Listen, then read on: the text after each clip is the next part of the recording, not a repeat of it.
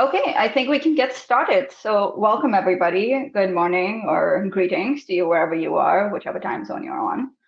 My name is Lipika Ramaswamy, and this is going to be 45 minutes talking about synthetic data. Now, there are slides and all, but I don't want you to feel like this is very formal or anything.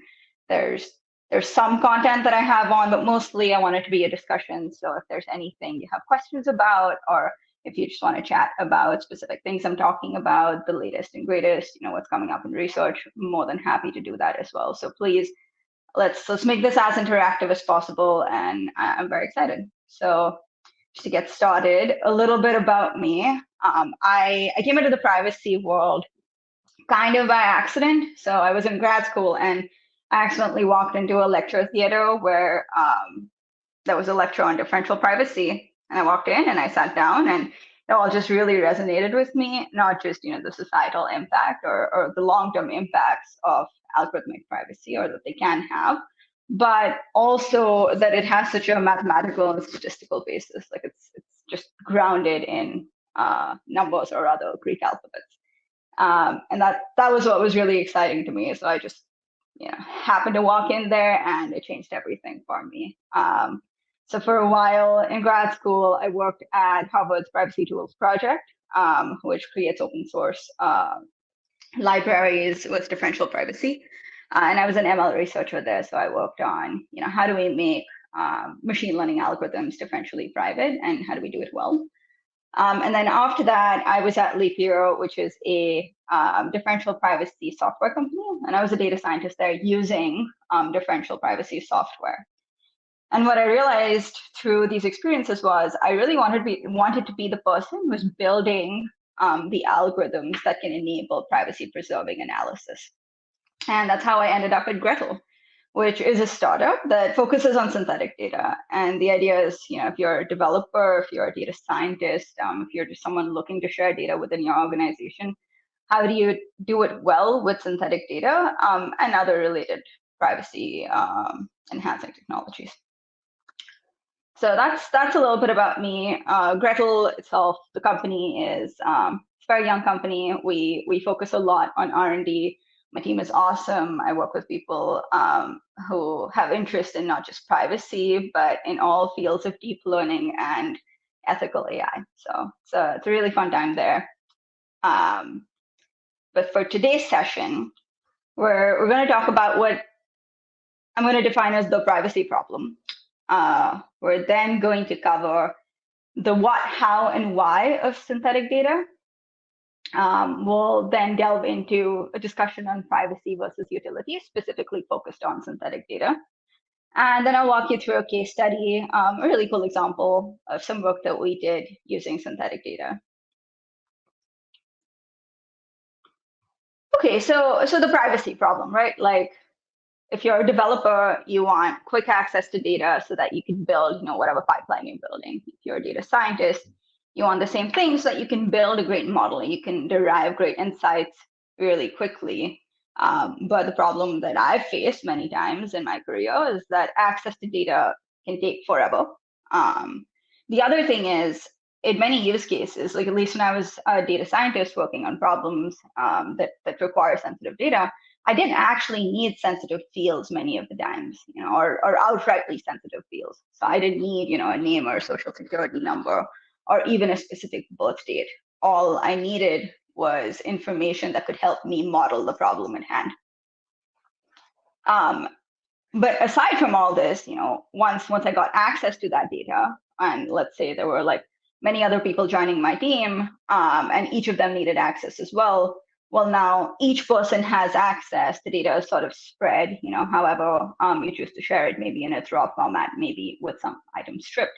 But the data is still out there. It's out there for people to use. It's out there, maybe someone left their laptop in a coffee shop and then it's out. So that's sort of the privacy problem. That there are some approaches to solve that are really commonly known, right? So there's the idea of tokenizing or masking, which is, well, if I have a social security number, I can just strip it from the data set. And I can go, basically say replace it all with X's, or I can replace it with a unique identifier, which has happened a lot in the past in sort of the public space, which I'll touch on in a little bit. But yeah, the idea is, right, like, oh, I don't need names. No one needs to know my name is Lipika. Just strip that out. Or call me ID1. So that's an option. Another one is to anonymize. And by anonymization here, I'll use the definition that revolves around key anonymity. So the idea is that each record needs to look like at least k-1 records. So let's say I'm the only person who lives in the 02138 zip code, but there are other people, that's in Cambridge, Massachusetts, but there are many other people who live in other zip codes of Cambridge. So maybe we aggregate up to 021 or 0213. And that sort of provides me with this kind of fuzzy privacy in that I can get lost in the crowd. But really the question there is, how do you define K? Like, is it 5? Is it 10? There are some standards that are used across industries, but what does K really tell us about the level of protection? And the idea is, well, at least my understanding is not all that much. The final approach, and I put a lot of things into here, is aggregation. So you might think of, like querying systems. You might think, okay, well, there is, for example, a data set on, I don't know, salaries, and you want to know the average salary. Maybe you don't get access to the full data set, but you do find out the average, you find out the median, and that's giving you some statistical value. Another thing that I'm putting under aggregate is machine learning models, which, to sort of take a very simplistic view, it's many aggregates put together with a lot of fancy math and compute. So, aggregates, a lot of stuff goes in there. But the problem with all of these and other approaches that are very similar is that they're open to vulnerabilities. There's so many different attacks that anonymized data, aggregated data, redacted data is susceptible to. So one of them is linkage attacks, and that's sort of like the most common one, but I love touching on this one. There's this really famous example from 2006, so now like 15, 16 years ago, where Netflix released this data set on, I think it was movie rankings, and they anonymized the entire thing. So they had like, I think, a few 100,000 users or Netflix customers, and they got their data on movies that they liked, their movie ratings, and they put this out. It was like the Netflix movie rating challenge or something it was called. And the idea was, hey, ML people out there, people who like the model, build a good recommendation system. Except the data was just anonymized. So like the names were removed. I think some demographic information was removed, but people's ratings were still there. And there were these two privacy researchers who took this data set and were like, well, what if we just match it with IMDb records? And they were able to re-identify people based on that linkage. And so the problem really here that's highlighted by linkage attacks that have been shown to be very powerful in the past is that our data doesn't live in isolation, right? Like I might put data out on many different websites or many different platforms. Some of them may be private, some of them may be public. And if the private ones get out, well, then you can effectively consider them public if someone is able to do that type of join or matching. So that's one is linkage attack. It's very fun to talk about. Another one is a reconstruction attack. And basically the idea here is, hey, if I have, a data set and, for example, let's say I have some sort of like querying system into it. So I can query like, give me the average age of this population, and then another population, and you get answers back. There is a study, I think, that was maybe almost 20 years old now that basically said like, the more answers you get to questions, and if all these answers are like pretty accurate, the more easily you can just reconstruct an entire data set. So you can imagine, like, if I'm asking questions about a specific population, and then I try to change the population parameters by just a little bit. So first I ask for, what's the average age of all females? Then I ask for what's the average age of all females in this particular zip code. And I'm the only person in that zip code, then, I'd be able to figure out what my age is, like the true age. So that's the idea of a reconstruction attack. There's, of course, many more sophisticated things that are possible. if you consider even a machine learning model, for example. Another one is a membership inference attack, and that's sort of specific to a machine learning model. So if if you put a machine learning model out there, there's this really common notion of overfitting in machine learning, where you train the model on certain data, but then when you go to test it, usually it doesn't do so well, and that's because these models tend to memorize their inputs, or they tend to do better on their inputs, and so like this phenomenon of overfitting is what's exploited by membership inference attacks. And the idea is like, can you take advantage of this overfitting to discover or to reconstruct examples that we use to train the model? They can get pretty fancy. And then there's a whole slew of attacks that sort of, they're very focused on machine learning. But there's this idea of memorization, which is specifically, it relates to very large parameter models or large language models. So if you think of, you're in Gmail and you're typing out an email and there's autocomplete, right? Like, okay, it knows you're saying thank you very much or thank you for your time. So those types of attacks, the way that they learn, it's very prone to memorization, where they can sort of like memorize a secret that might occur in the data set. Maybe you're writing a bunch of emails and you're sending your social security number over email, and then that becomes training data to build these models that can then be used to complete your text. That's sort of a simplification, but that's a really cool attack. There's been a lot of work on it and how to prevent it.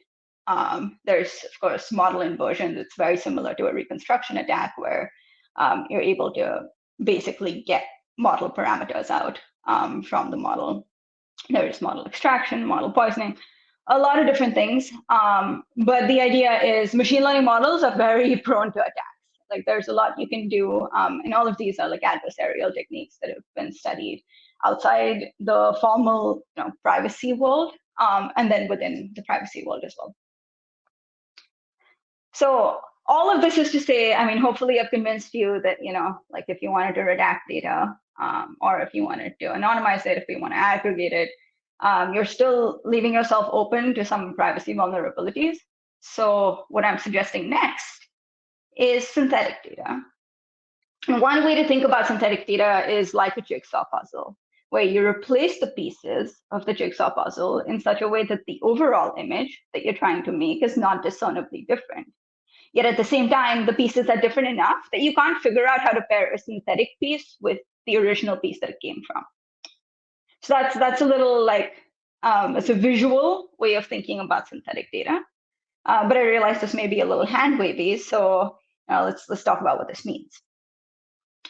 Basically, what we want from synthetic data is data that acts the same as our original data source, but it looks different enough that nobody's personal information is revealed. And so the goal here is to generate data, synthetic data, that can be used for a whole host of statistical tasks, like understanding underlying distributions of a population or modeling the data using machine learning methods. But at the same time, it doesn't look enough like the real data that somebody's privacy is breached. So, okay, I'm going to pause here to take a question from Gary on overfitting. So overfitting in the context of machine learning is, if you have some examples, let's say you have a data set on COVID patients, and these patients are all located, in a specific country. They have specific characteristics, and you train a model on that, and you're trying to learn, will somebody be hospitalized or not? I know this is everyone's favorite example, but let's just go with it. And so the idea of overfitting is, if you think of a sort of classical machine learning model that learns, y is equal to mx plus b, or that type of relationship, what can happen over time as you learn more and more from the data through, something like a stochastic gradient descent or a second order optimization method, is basically you end up learning from that. You end up learning from those examples what is going on in that data set. And if there's something that's different from that data set that shows up in the future, you may not be able to generalize really well to it. So for example, you built a model on people living in the US or living in Massachusetts or living, maybe in the greater Boston area, but then you're trying to generalize to a population from Texas. And you may not be able to do that well because the model has trained really just on this one data set that might have specific characteristics that don't generalize to the rest of the population. Like it may work really well for the Boston area, but it may not work in other places. I hope that helps. The next question from Angad is, how is synthetic data different from tokenization? And we'll get to it. So let's just talk through like what is synthetic data, how we make synthetic data, sort of the questions of how, what, why, and I'll get to that. Okay, so how do we make synthetic data? It's kind of cool. These are really, really cool algorithms. I work on a lot of them. And the idea is, right, you have your sensitive data, you have records on COVID patients, you have genomic data, you have bank account transactions, so things that are really sensitive, that I would consider sensitive. And you pass them through this class of machine learning models that are really cool. They take as an input data, and they also produce as an output data. So it's data in, data out. And the idea is that the data that comes in is very similar to the data that comes out. And so these models, there are many different types of them that are used. There's, generative adversarial networks. There are ones that are based on neural networks, and then there are ones that are not. So there's generative adversarial networks, which are really cool neural nets that basically learn like what's a real data point and what's a fake data point, and they try to make better fake data points and produce good synthetic data that way. There are also language models like of the variety, that complete your sentences. And so that's also producing synthetic text, right? Because like when we're in Gmail, we didn't write that. If you just hit tab and autocomplete, the rest of what you didn't write is synthetic text that the model produced. Another type is probabilistic graphical models, and models that use sort of underlying data distributions. They try to model the underlying data distribution in its entirety and from a very like statistical perspective, and then from that distribution create realistic samples. And so the idea behind all of these models, like regardless of type, is you get some sort of data out, and this synthetic data is really like what's used for, or what we want to use for safe sharing. Okay, so how is it different from tokenization? Really quickly, it might be useful to think of synthetic data as not actually pertaining to any of the records in the original data. So that's sort of the way that it's different. I hope that answers the question, is that in the synthetic data, you don't actually have any records that are from the original data. You're just learning the underlying distribution. So if your data set is showing you that there's a relationship between, I don't know, smoking and lung cancer, the data that you get out may not have the specific records, but it will maintain that relationship. Okay, I'm going to continue on just for a few slides, and then I'll stop for questions. Okay, so we have synthetic data that in theory is like safe to share, right? But how do we make it privacy preserving? So you put in some model. To recap, you put in some data into a model, you got some output. That output is synthetic data. How do you know that it's privacy preserving, or how do you make it privacy preserving? One option is heuristic. You can remove outliers from the data set. So you can say, well, the training data set, there's certain things that look like outliers and they're not really important for my problem. So from the synthetic data set, I'm going to remove that as well. The other thing you can do is look at sort of a similarity score between records that were produced from that synthetic model, and you can compare them to original records and see, well, is there anything that's just like too similar? Is there anyone who looks too similar to LeBron? Let's take that record out. There's another one. There's another method, which is differential privacy, and I know there are some questions about that in the chat. But basically, the idea of differential privacy is we'll delve into it. So the guarantee of differential privacy is that if an algorithm is private or differentially private, then changing the data input slightly doesn't change the output significantly. And so if I were to withhold my data from a data set that was being used to train a synthetic model, the output would look very similar to if I had contributed my data. And so that's the idea of differential privacy. More concretely, what we do with synthetic data or with synthetic models that are generative, that produce synthetic data, is we add differential privacy to some step in the process. So very commonly, it's added to the optimization step. There are also other methods. For example, in GANs, there are ways of making it differentially private, like private aggregation of teacher ensembles, and some notions like label differential privacy also apply, but I'm just throwing words out. And that's if this resonates with anyone. So there's a way of adding differential privacy to synthetic data. I will say that it almost always comes at a cost, in that the way differential privacy works is that you add a little bit of noise. So that little bit of noise needs to be quantified, and the way it's added needs to be proven to protect privacy. But that noise can sometimes really affect the way the model trains. Okay, I'm going to stop for some questions now.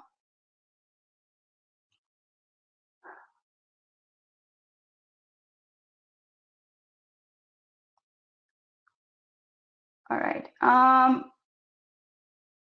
Won't something like GPT-3 be able to do this very efficiently and scalably? Yeah, so something like being able to produce synthetic text. Yeah, you could do it using GPT-3. You could also use it for creating tabular data. The one thing that I would caution you about when using models like large language models that are available is that oftentimes, well, you don't know all the data that it was trained on, right? So you may not know if there's bias that exists in those data sets. Yes, there are studies on what type of data is trained on, what type of bias exists in models or in text that's generated by GPT-3. There are studies on that, but I would say like really delve into that before looking at using something like GPT-3, because there's a fairness component that can become important in producing synthetic data. Okay, I hope that answers the question. Cool, thanks, Amir. Okay, how is the risk of bias managed in the ML models, especially when dealing with sensitive inputs for the synthetic data? Yeah, so often, I mean, the idea is, well, we always want to balance the bias variance trade-off. It can be a little difficult in the types of models that I work on, which are more generative in nature. But there are methods to debias based on what you want to accomplish with that. That's a possibility. There are certainly methods for it. Ultimately, I will say that with synthetic data overall, it's really important, and I think anyone who works in this space will agree that it's really, really important to define why you're trying to build the synthetic data in the first place. It's not like general purpose data, or it typically isn't general purpose data that can be used for anything and everything. So I like to think of it as, I have a specific goal in mind. Either I want to do machine learning, or I want to, maybe I want to get some sort of population level statistics, or I don't care and I'm just building some sort of pipeline to go and do my, backend software system, and I just need data that, isn't the real data, and that synthetic data works for that as well. So I think it's, at least for me, it's very important to define what the goal of the synthetic data is, and then build synthetic data for that goal. Now, of course, there are services and tools like, the kind of things that I work on right now at Gretel and across other companies and across the open source space and across academia, where people are trying to make synthetic data more and more sort of general, where you can use it for a variety of tasks. But it's always a call out. If someone says the synthetic data is good to do literally whatever you want, I would consider that. I would look at that very closely. Okay, another one is Another question from Carrie: are there any overlaps or intersections between federated learning models and synthetic data? Yeah, they can be.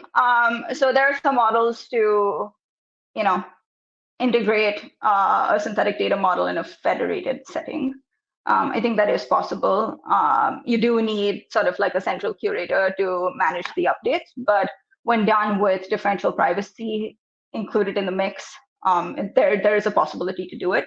If you just think of synthetic data models as like one class of machine learning models, yeah, in theory, it's just another model that can be done in a federated way.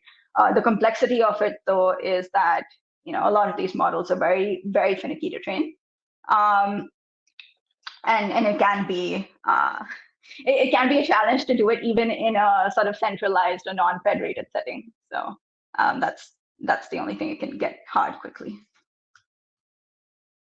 Okay. I'm going to move on really quick and then come back to some questions. All right. So we talked about the privacy side of synthetic data, right? But this entire time I've been saying, hey, I want to build synthetic data to do something specific. Like maybe I want to run a machine learning model. Let's go with that. So this is something, this is a synthetic data set that I ran a few days ago, or I created a few days ago. And what's in the purple here is the real data, and what's in the green is the synthetic data. And when I'm determining the quality of synthetic data, there's a few things that I do. There are many, many different ways to do this, many different metrics you could use. I mean, there's a lot of literature out there on judging the quality of synthetic data. A lot of it also depends on the use case. So the one specifically that I'm talking about here is for machine learning. So one way of determining the quality is to look at correlations between the training set and the synthetic set. And ideally, I want the correlations to look very similar if I'm trying to build a model that takes advantage of the relationships between different variables. Another thing is to just look at the distribution of data, right? So like, am I producing, say these are certain categories in the data, am I producing them in the synthetic data with the same frequency that exists in the training data set? So here you can see this is pretty well maintained. It didn't do too bad on the task that I needed it for. And the final thing is some dimensionality reduction. So if you're familiar with it, you take a really large dimensional data set and you can decompose it into maybe just two variables and visualize it and see what it looks like in sort of a different space. And here you can see it's not exact like one-to-one match, which is where you really have to think about like, what am I using this for? Can it still be useful? If this looked wildly different, I would see how it does on the task that I need it for, and then go back to the drawing board maybe to see if there are other things I can do to make the synthetic data better. Okay, so after that, I'll pause again for some questions.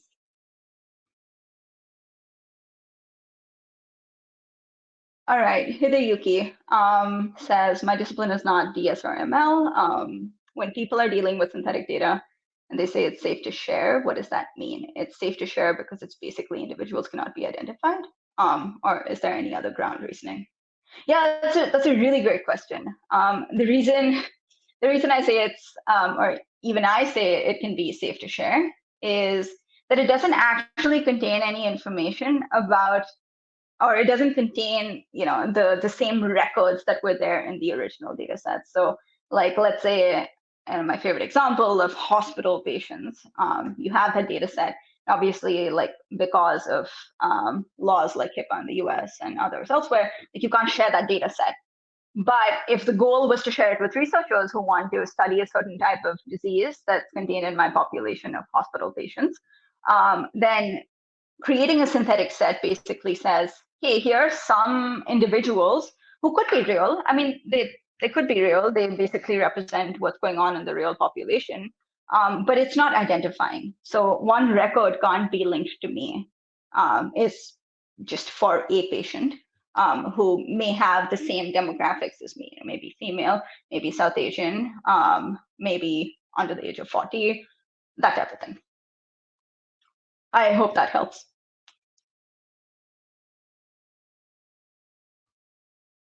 Okay. I'm going to move on to some I'm going to move on to some use cases. I'll walk through it really quickly, and then we can talk through some of the questions that are coming in on use cases. Okay, so like I've said, the use case is super important when you're thinking about synthetic data and how to produce it. But it's really cool to see some of the things that you can do with synthetic data. Obviously, one big one is you train your models on synthetic data, and you can run them in production data. So your production models don't actually need to see sensitive data, and they may not be vulnerable to privacy attacks like the ones that I talked about earlier. Another one is to reduce bias in data sets. So for example, if you have like a really unbalanced data set, you could augment your data with synthetic data. And sometimes that can actually lead to performance improvements in your models.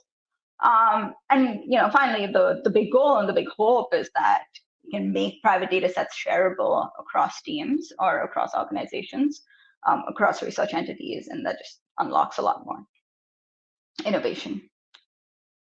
Okay, so one use case that I'm going to walk through really quickly, which is really cool. We have a blog on it on the Gretel website. Super cool example of this UCI heart disease data set on Kaggle, which is really popular in any data science course. And basically, what we noticed was there's an underrepresentation of females in this data set. So 32% of the population is female, which generally is not representative of the population that you might be trying to generalize to. And so the question was, can we augment this training set with synthetic records? And in a way remove this like representation bias. And I know bias is sort of an overloaded term. I am not referring to any specific definition here. I'm just saying there's a difference in class representations, and that's what we're trying to balance.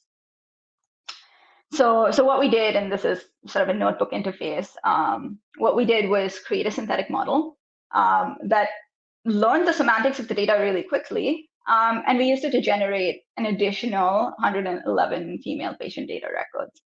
And we added this back to the original data set on Kaggle, and we ran through the same sort of this machine learning task.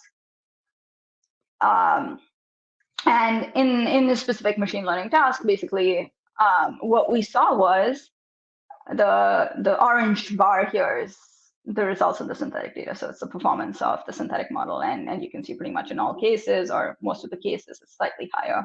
And what we found was that by augmenting the data set, these models actually did so much better on predicting outcomes for females. So the accuracy jumped from 84% to 90%, which was awesome. It also helped improve predictions for the male patient population from 86 to 90. So these models, or the specific machine learning models, were really helped by the addition of data that was possible by using synthetic data. Now, there are other methods of generating or augmenting a data set, like synthetic minority oversampling techniques. And those are totally valid too. This is just another way of doing it, where you're actually like learning the underlying semantics of the data and not looking at like a distance between records. Okay, I'm going to pause for some questions. I think we only have 10 minutes left. Oh, and thank you, Christine, for answering a lot of the questions in the chat. I appreciate it. Okay, I'll go from bottom up. So Jill asked, do synthetic data companies generally perform this as a service that is generating synthetic data for a customer-specific use case or as a product? There are many different ways of doing it. I think there are companies that do both. I can speak specifically to the ones that I know, and my specific product. So there's a lot out in the open source world. You can usually go find, like if you look up tabular GAN, you should be able to find plenty of implementations to do it yourself if you're so inclined. There's obviously a lot. There's a lot of complexity in training models like GAN, and so a lot of the times companies will offer this as a service. And it'll be, well, I want to produce synthetic data. I want to produce synthetic bank account transactions. I'm going to use a GAN to do that. How do you tune the GAN appropriately to build the synthetic bank account transactions? So that's one way it's done. There are definitely also products out there. A lot are open source. If you think of open source packages as products, yeah, there's a lot out there, a lot of guides on how to do this well, and how to do it with some good enough defaults.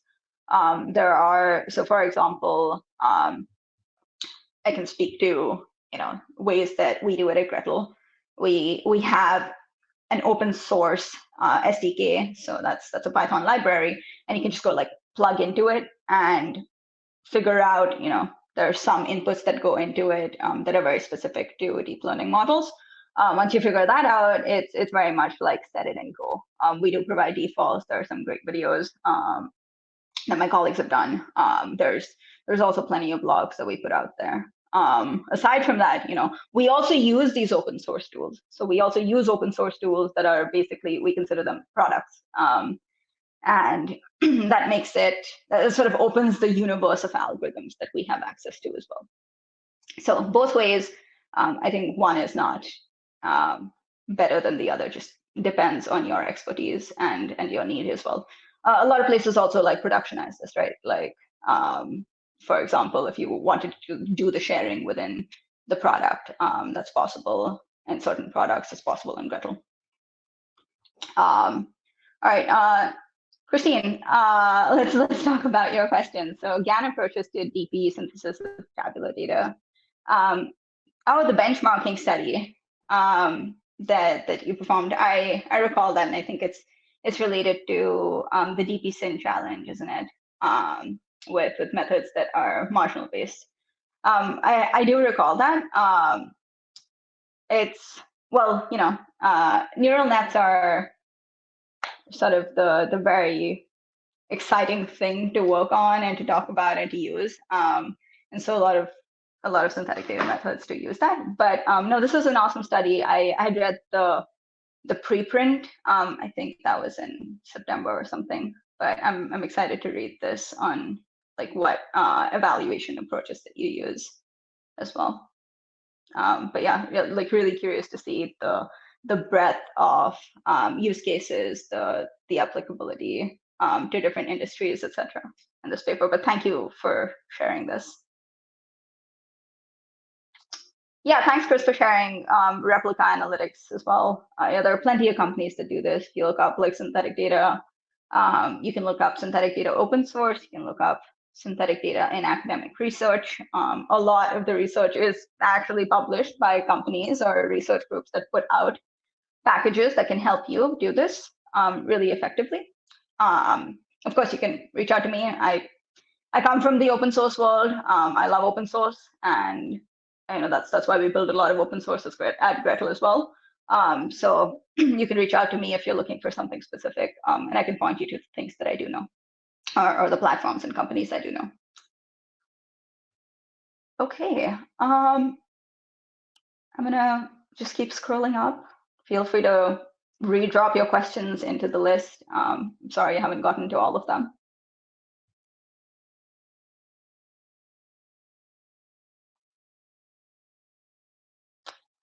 Okay, there's one from Christopher on my point of view with respect to specific classes of use cases of data outside of, let's call it native originated production purposes for collection and life, where the application of synthetic data is most applicable. Not every secondary use is an ML class of use. I think what I understand from this is, what can you use synthetic data for aside from machine learning? And also, another way I'm going to interpret this is, what are the industries, aside from things that are considered sensitive, like traditionally sensitive, where synthetic data can be used? One thing that we see, just to answer the second question first, which may not be exactly your question, I apologize, but just to go with it, because this is super exciting. One thing that we see is gaming companies use synthetic data as well, and are interested in using more synthetic data because the way that people interact with gaming systems and sort of their behaviors and habits, and how much time has elapsed between one move and the next, or so on, like things like this that can actually end up being quite identifying for a player. those are considered sensitive by, for example, gaming companies, and they want to use synthetic data to sort of eliminate the privacy problem there that they see. But aside from ML, right, there are other things, of course, that you can use synthetic data for. There is, if you refer to the DPSyn challenge, that was the use case there was to do a bunch of micro tabulations, I think to get marginals from a data set. There was another, there's also understanding, at a population level what's going on. Or maybe you just really don't care about that and you need data to go into some sort of software system, and that's what it is. So you don't really need to get insights from it. You just need some data that looks and feels like the real thing, and you don't really care about correlations. And for that, synthetic data works well too. It's high lift for that type of use case, but it works well too. Please let me know if I answered that question, if I got it right, if I understood what you were trying to ask.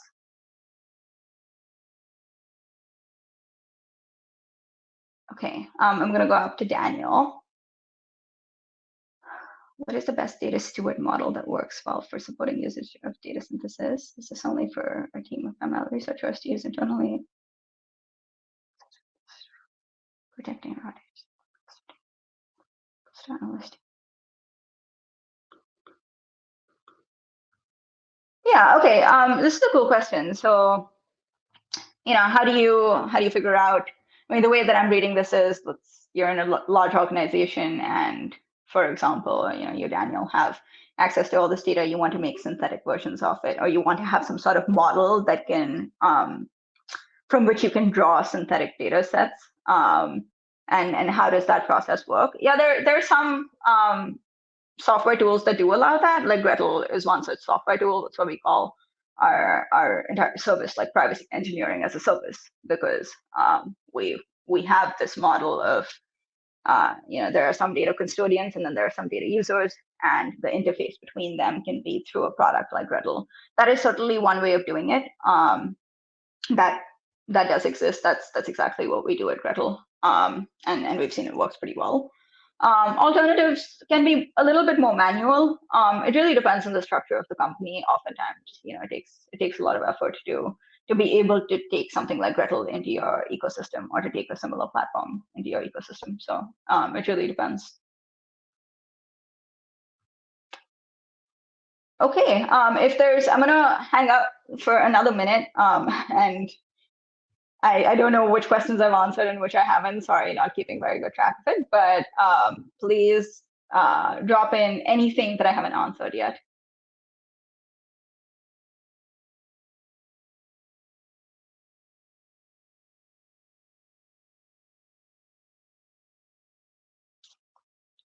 Oh, okay. The question from Jerome. Thanks for that. So, is there an approach to communicating error or accuracy in synthetic data? Yeah, there are some. So a lot of there are, of course, like quality metrics that exist. I think there's a lot of literature published on that, and if I recall, I think some of it is yours. I don't know. I don't know exactly, but yeah, there's a lot of literature on how to communicate, right, like quality of synthetic data or like accuracy of synthetic data. I think one way is, right, comparing distributions and whatnot. So there are all these ways of looking at whether your synthetic data lines up with the real data and how close it is, that type of thing. In terms of communicating it, yes, I absolutely think that every time a synthetic data set is produced, there should be some communication of the error metric or the accuracy metric to let someone know, hey, like I produced really good quality or really bad quality synthetic data. In fact, it's really hard. It's really hard to put these all into like a score, but we do that at Gretel. We have a synthetic quality score, and also, by the way, this is all open source, and it's also available on our platform. Like, so please go check it out. It's some composite of different things that we calculate to check accuracy, and that's one way of doing it. There is also the flip side of how private is the data, because you could have data that's like, maybe it gets a score of 99 on 100, and that's like, wow. But maybe the data does not actually qualify as private. Maybe there's just a lot of replication in the data set, and that's also equally important to communicate. I hope that answers your question, or provides some insight into how I think about this. But thanks for that. I appreciate it. Okay, I think that's all we have time for.